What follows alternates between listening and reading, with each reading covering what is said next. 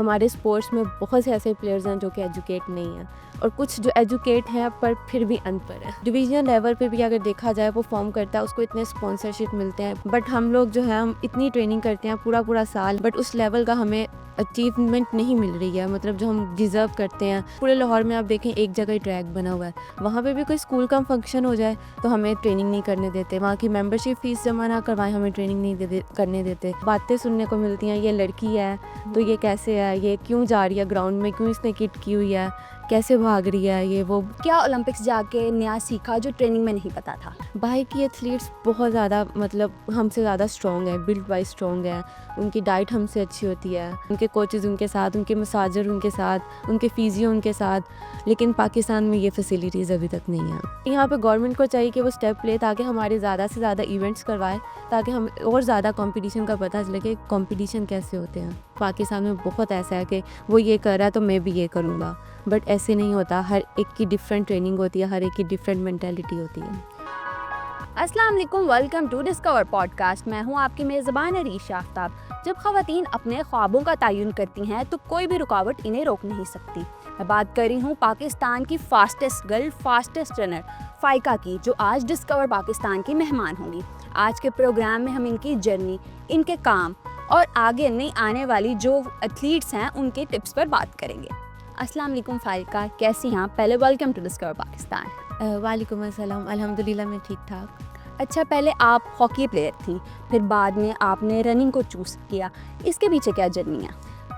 Hockey जो है वो मैंने शौक़ से खेलना शुरू किया था। मेरा स्पोर्ट्स की तरफ से कोई लिंक नहीं था, बट मैंने शौक़ से हॉकी खेलना शुरू किया। जब वहाँ पे मेरी स्पीड अच्छी थी सब कुछ, तो फिर मेरे जो हॉकी के कोच थे उन्होंने मुझे एथलेटिक्स शुरू करवाई। उनको एथलेटिक्स की लड़कियाँ चाहिए थी, फिर एथलेटिक्स मैंने स्टार्ट किया। तो मैं दोनों गेम इकट्ठी करती थी, बट प्रोफेशनली जब मुझे एक गेम को चूज़ करना पड़ा तो फिर मैंने सोचा और फिर मैंने इस पर सारा ऑब्जर्वेशन की कि हॉकी में पाकिस्तान का इतना स्कोप नहीं है, वुमेंस हॉकी का। तो अगर एथलेटिक्स में अकेली लड़की भी परफॉर्म करती है, अच्छा परफॉर्म करती है, अच्छा टाइम करती है, तो उसको इंटरनेशनल इवेंट मिलते हैं और इंटरनेशनली जाकर वो पाकिस्तान को रिप्रेजेंट करती है। इसलिए फिर मैंने एथलेटिक्स को चूज़ किया। और फैमिली में जो पेरेंट्स थे, क्या सब ने ही सपोर्ट किया है? कुछ लोग कह रहे थे कि नहीं, हॉकी ही कंटिन्यू रखो। नहीं, अब मेरी फैमिली में दूर दूर तक कोई भी स्पोर्ट्स का प्लेयर नहीं है। मतलब एक मेरी जो बड़ी सिस्टर है वो डॉक्टर है, छोटी फैशन डिज़ाइनिंग कर रही है। हमारी फैमिली में स्टडी को ज़्यादा प्रायोरिटी दी जाती है, बट मेरा शौक़ था, इसकी वजह से मैं आ गई। लेकिन पापा ने ये कहा था कि स्टडी भी कंटिन्यू रखनी है, तो मैंने अल्हम्दुलिल्लाह स्टडी भी कंटिन्यू किया। तो उन्होंने कुछ नहीं, कहीं से भी नहीं रोका कि हॉकी नहीं खेलनी, एथलेटिक्स नहीं करना। उन्होंने जो मुझे करने का मेरा दिल किया ना, उन्होंने मुझे करने दिया। फ़ाइका, जब आप लाहौर में ट्रेनिंग करी थी उस दौरान किससे सबसे बड़ी फ़ाइट थी? फैसिलिटीज़ से, सिस्टम से या खुद से? ऑलमोस्ट सबसे ही ऐसा ही है, क्योंकि जब हमें फैसिलिटीज़ नहीं मिलती, सिस्टम हमें सपोर्ट नहीं करती, तो फिर हमारा भी दिल नहीं करता कि हम क्यों ट्रेनिंग कर रहे हैं, किस लिए कर रहे हैं। जैसे अब क्रिकेटर्स हैं, वो डिवीजन लेवल पे भी अगर देखा जाए वो फॉर्म करता है, उसको इतने स्पॉन्सरशिप मिलते हैं, पूरा सिस्टम मतलब लाइक लोग उनको जानते हैं।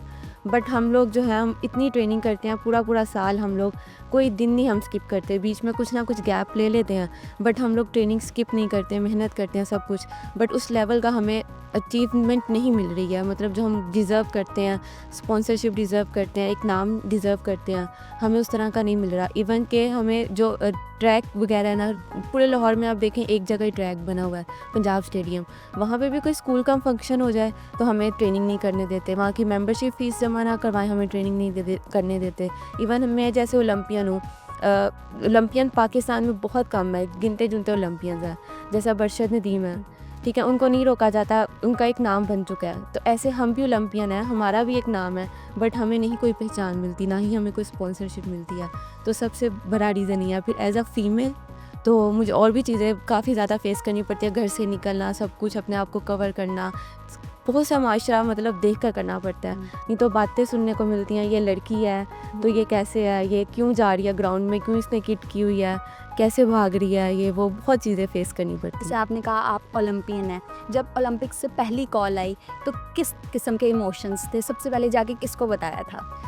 ओलंपिक्स की ऐसी सिलेक्शन होती है, जैसे अब इवेंट हुआ था अटक में हमारी नेशनल चैम्पियनशिप, उसमें मेरे अल्हम्दुलिल्लाह 4 गोल्ड थे, 1 सिल्वर था, तो 100, 200 एंड लॉन्ग जंप उस टाइम में बेस्ट एथलीट डिक्लेयर हुई थी। उसके बाद 2 महीने के अंदर अंदर सिलेक्शन होनी थी ओलंपिक्स की, तो 2 या 3 लड़कियों का आगे नाम डिक्लेयर हुआ था कि इनमें से कोई ओलंपिक्स पे जाएगा। बट मेरा और एक फास्टेस्ट जो मेरे से पहले फास्टेस्ट थी तमीम खान, हम दोनों का नाम नॉमिनेट हुआ था। तो अब इवेंट होना था, उस पर डिसाइड होना था जो जीतेगा वो ओलंपिक्स पे जाएगा। तो अल्हम्दुलिल्लाह वो भी मैंने विन कर ली थी रेस, तो मेरा नाम नॉमिनेट हुआ। फिर आगे गया, एक डिक्लेरेशन जो है ना कंफर्म होती है, उसके बाद सारी नॉमिनेशन होती है सब कुछ। तो इस तरह से प्रॉपर कॉल नहीं आती, बट पहले पता लग गया था कि नाम नॉमिनेट हुआ है तो कुछ भी हो सकता है। तो बहुत खुशी हुई थी, सबसे ज़्यादा फैमिली को खुशी हुई थी। जब आप ओलंपिक्स खेलने गई और ट्रेनिंग के दौरान क्या ओलंपिक्स जाके नया सीखा जो ट्रेनिंग में नहीं पता था? बाहर की एथलीट्स बहुत ज़्यादा मतलब हमसे ज़्यादा स्ट्रॉन्ग है, बिल्ड वाइज स्ट्रॉन्ग है, उनकी डाइट हमसे अच्छी होती है, उनकी ट्रेनिंग सब कुछ, जो उनके कोचेज़ होते हैं वो उनके साथ उन पर फोकस कर रहे होते हैं। हमारे पाकिस्तान में फ़ीमेल के साथ कहते हैं फ़ीमेल कोच जाएगी। मैंने अपने कोच की डिमांड जब की कि कैंप में अगर बाहर नहीं ले जा सकते, एटलीस्ट मुझे इधर कैंप में दी जाए ना मेरा कोच, तो उन्होंने कहा फ़ीमेल के साथ फ़ीमेल कोच जाएगी। तो फिर मेरे साथ फ़ीमेल कोच को अटैच किया। अब जो मैं 2 साल से जिसकी ट्रेनिंग फ़ॉलो कर रही हूँ, ट्रेनिंग तो चलो वो मान गए थे आप वही फ़ॉलो करें, लेकिन एक किस्म का कोच सर पे नहीं था। तो इस तरह ट्रेनिंग बहुत मुश्किल होती है, उनके कोचेज़ उनके साथ, उनके मसाजर उनके साथ, उनके फ़िज़ियो उनके साथ, लेकिन पाकिस्तान में ये फैसिलिटीज़ अभी तक नहीं है। जैसे आपने 2018 में इंटरनेशनल रेस में पार्टिसिपेट किया, तो स्टार्टिंग ब्लॉक में सबसे ज़्यादा किस चीज़ का प्रेशर होता है? हमारी हार्ट बीट कंट्रोल करना, प्रेशर को कंट्रोल करना। जब रेस के दौरान ऑन योर मार्क्स कह देते हैं ना, तो हमारी हार्ट बीट बहुत फास्ट हो जाती है, ख़ासतौर पे स्प्रिंटर, क्योंकि हमारी 100 मीटर रेस है। अगर स्टार्ट स्लो निकला गया, गन बीट पे ना मतलब नहीं निकले गए, तो हम रेस पकड़ नहीं सकते। तो वो बहुत ज़्यादा प्रेशर होता है। उस प्रेशर को कंट्रोल हम सिर्फ कंपटीशन से कर सकते हैं। अगर हमें कंपटीशन जितने ज़्यादा मिलते हैं, उतना हमारा प्रेशर, हमारी बॉडी लैंग्वेज हमारी कंट्रोल में रहती है। अगर हम कंपटीशन नहीं खेलते, तो फिर वो प्रेशर इतना हो जाता है कि हमें गन की आवाज़ ही नहीं सुनाई देती। जैसे कि लोग गोल्ड मेडल देखते हैं कि एथलीट के पास, लेकिन उसके पीछे एक स्ट्रगल होती है, सेक्रीफाइस होते हैं। ऐसे कौन से सेक्रीफाइस हैं जो एथलीट करता है? हर एक की अपनी अपनी स्टोरी होती है। तो मेरी भी स्टोरी ऐसी है कि मैंने 2 साल कोई कंपटीशन नहीं खेला था। 2 साल मुझे इंजरी रही थी। पहले हैमस्ट्रिंग की इंजरी हुई थी, उसको मैंने जब रिकवर किया तो ट्रेनिंग ओवरलोड हो गई थी, तो मुझे स्ट्रेस फ्रैक्चर हो गया था। मैंने बहुत माइनर कंपटीशन थोड़े बहुत खेले थे। उसी दौरान सैफ गेम्स भी थी, एशियन गेम्स भी थी, जो कि मैं नहीं खेल सकी। तो मुझे काफ़ी ज़्यादा मतलब दुख हुआ था कि मैं इतनी ट्रेनिंग किस लिए कर रही थी कि मैं अगर पाकिस्तान के लिए नहीं खेल सकती। लेकिन अल्हम्दुलिल्लाह वो मेरी जर्नी बहुत ज़्यादा डिफ़िकल्ट थी। उसमें मुझे लोगों ने बताया कि कौन मेरे साथ है, कौन नहीं मेरे साथ है।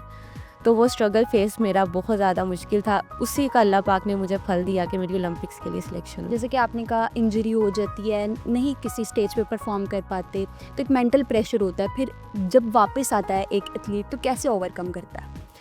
मैं जैसे अब मेरे इंजरी हुई, बहुत से मुझे पता लगा कि लोगों की नज़रें थी मेरे ऊपर, लेकिन एकदम से नज़रें हट गई कि अब ये इंजरी में आएगी, परफॉर्म नहीं कर सकेगी। तो वो मेरे पास फेस अच्छा था कि मैंने कम बैक करना है। तो मैंने अपने आप को यही कहा कि अल्लाह पाक कभी ना कभी तो इस चीज़ का अजर मुझे देगा। तो बस यही चीज़ थी कि अल्लाह पाक जिसे सब्र देता है तो दे देता है। तो उसने मुझे सब्र दिया, तो मैंने इस तरह कम बैक किया कि बहुत अच्छा कम बैक किया। अगर फ़ाइका को सिस्टम में से एक चीज़ करेक्ट करना पड़ रही हो या रिमूव करना पड़ी हो, वो क्या करेंगी?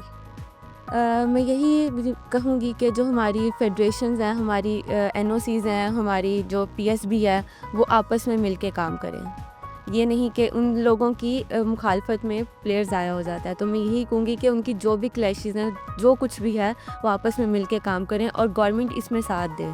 हमारी जो गवर्नमेंट है वो बाकी चीज़ों की जगह स्पोर्ट्स पे भी तवज्जो दे। जैसे कि पहले आप HEC के साथ एफिलिएटेड थी, अब बापटाक की तरफ से खेल रही हैं, तो क्या सिस्टम ने सपोर्ट किया, फैसिलिटीज़ दी, या सिर्फ एथलीट को टेस्ट ही किया जाता है? स्पोर्ट फैसिलिटीज़ दी जाती हैं, लेकिन पाकिस्तान में जितनी फैसिलिटीज़ होती हैं उसके मुताबिक। अब जैसे पंजाब इवेंट करवाता है, जैसे मैं पंजाब से हूँ, पंजाब इवेंट करवाता है, पंजाब बेसिक KPK है, बलोचिस्तान है, वो इवेंट्स करवाते हैं, वो अपने सब प्लेयर्स को कहते हैं पार्टिसिपेट करें। हम जब इवेंट्स ही नहीं खेल सकते, हम सिर्फ नेशनल खेल सकते हैं पूरा साल में एक इवेंट, तो फिर क्या फ़ायदा? हम पंजाब का एटलीस्ट हिस्सा तो है ना। फिर यहाँ पे गवर्नमेंट को चाहिए कि वो स्टेप ले ताकि हमारे ज़्यादा से ज़्यादा इवेंट्स करवाए, ताकि हम और ज़्यादा कंपटीशन का पता चले कि कंपटीशन कैसे होते हैं।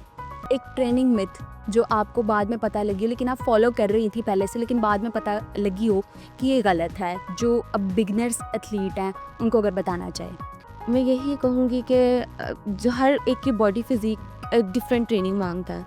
अब जैसे मैं और एक आप हैं, अब मुझे में अगर स्ट्रेंथ की ज़्यादा कमी है तो मैं स्ट्रेंथ ट्रेनिंग ज़्यादा करूँगी। आप में स्ट्रेंथ ऑलरेडी है तो आपको स्पीड और एक्सप्लोसिव की ज़रूरत है। तो हर एक जो एथलीट है वो अपनी बॉडी के मुताबिक ट्रेनिंग करे। लेकिन यहाँ पे पाकिस्तान में काफ़ी ऐसे होता है कि एक ही प्लेयर वो ट्रेनिंग फॉलो कर रहा था जो बाकी भी वही कर रहे होते हैं। तो ये चीज़ बहुत ज़्यादा मैंने खुद ऐसे करती होती थी। मेरे जो कोच थे वो ऐसे ही ट्रेनिंग मतलब पूछते थे, पहले जो पुराने कोच थे वो करवाते होते थे। लेकिन उसके बाद जो मैंने अपने न्यू कोच मतलब चेंज किए थे, जिनके पास मैं अभी कोई 4-5 साल हो गया ट्रेनिंग कर रही हूँ, वो पहले मेरी बॉडी लैंग्वेज पूछते हैं, मेरी बॉडी फिज़िक पूछते हैं किस तरह से चल रही है, उस हिसाब से मेरी ट्रेनिंग डिज़ाइन करते हैं। लेकिन यहाँ पे पाकिस्तान में बहुत ऐसा है कि वो ये कर रहा है तो मैं भी ये करूँगा, बट ऐसे नहीं होता। हर एक की डिफरेंट ट्रेनिंग होती है, हर एक की डिफरेंट मेंटालिटी होती है। अभी तक स्प्रिंटिंग के कितने क्लब्स हैं? पाकिस्तान में क्लब्स इतने नहीं हैं स्प्रिंटिंग के। बेसिकली ज़्यादातर यूनिवर्सिटीज़ के कोचेज़ होते हैं, उन्होंने ग्रुपिंग बनाई होती है। जैसे एक बाबडा के कोच हो गए, उन्होंने ग्रुप किया, उसमें यूनिवर्सिटी के भी आ जाते हैं। इसी तरह काफ़ी ऐसे ही हैं, कोई क्लब्स प्रॉपर नहीं हैं। अच्छा, आपके लिए जिम ज़्यादा इम्पॉर्टेंट है कि ट्रैक टेक्निक्स एक एथलीट के लिए ज़्यादा इम्पॉर्टेंट है? ट्रैक पे तो हमने तो बस भागना होता है, हम्म। मतलब स्पीड अपनी इन्हांस करनी होती है। लेकिन जो हमारे जो जिम वर्क होता है ना, उसमें हम डिफरेंट एक्सरसाइजेज करते हैं जिसकी वजह से हमें जो ट्रैक पे है वो फ़ायदा होता है। तो हमारे लिए जो वेट ट्रेनिंग है, हमारे लिए जो एक्सप्लोसिव है वो ज़्यादा इंपॉर्टेंट है। वो अगर हम करेंगे तो ट्रैक पे ज़्यादा अच्छा परफॉर्म कर सकते हैं। कोई ऐसी टेक्निक जो आज के एथलीट को छोड़ देनी चाहिए, जो एक मिथ ही है, असल में उसका कोई फ़ायदा नहीं हो रहा? पॉलिटिक्स मुझे लगता है एथलीट को पॉलिटिक्स छोड़ दी, उसको बस अपने काम से काम होना चाहिए। कि अगर वो ट्रेनिंग कर रहा है तो वो करता रहे। अब जैसे मैं हूँ, अब मैं पहले तो इन चीज़ों का मुझे नहीं पता होता था। जब मैं इस फील्ड में आई हूँ मुझे पता लगा। तो एक प्लेयर है वो इधर की बात उधर करता है, उधर की बात उधर करता है। तो वो ये चीज़ें छोड़ के वो सिर्फ अगर अपनी ट्रेनिंग पे फोकस करेगा ना तो वो कामयाब है। लेकिन जब वो इधर की बात उधर करता है, उधर की बात उधर करता है, एक तो वो बदनाम हो जाता है क्योंकि बातें फैल जाती हैं, स्प्रेड हो जाती हैं। तो एक तो वो बदनाम तो हो ही जाता है, फिर उसकी ट्रेनिंग पे भी इस चीज़ का फ़र्क पड़ता है। अच्छा, ऑफिस पॉलिटिक्स तो हमने सुना था, लेकिन एथलीट की पॉलिटिक्स भी होती है, पहली दफ़ा मैंने सुना है। क्या एथलीट को सोशल मीडिया यूज़ करना चाहिए? उनके लिए ये फ़ायदेमंद है या नहीं? मुझे सोशल मीडिया इतना पसंद नहीं है। लेकिन हमारी आजकल सोसाइटी में सोशल मीडिया इन है। अगर हम सोशल मीडिया यूज़ करेंगे तो ही हमसे लोग इंटरेक्ट करेंगे, हमसे स्पॉन्सरशिप का पूछेंगे, सब कुछ। तो हमें सोशल मीडिया यूज़ करना पड़ता है। लेकिन मुझे पर्सनली तौर पर पसंद नहीं है। मेरा दिल नहीं करता कि मैं अपनी चीज़ें या वीडियोज़ वगैरह अपलोड करूं, बट मुझे करनी पड़ती हैं क्योंकि इसी वजह से तो हमें स्पॉन्सरशिप मिलेगी। वो भी छोटी छोटी मिलती हैं, ज़्यादा मिलती भी नहीं है, पर अक्सर तो वो भी नहीं मिलती हैं। अपनी होल जर्नी के दौरान या ओलंपिक्स के टाइम कोई ऐसा फ़नी मोमेंट या वाक़या आपको याद हो?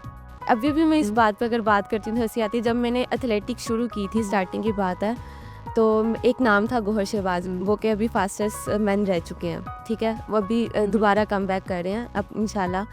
तो अब मैं उनके साथ ट्रेनिंग करती हूँ। वो एज अ मेरे कोच भी हैं और एज अ ट्रेनिंग पार्टनर भी हैं।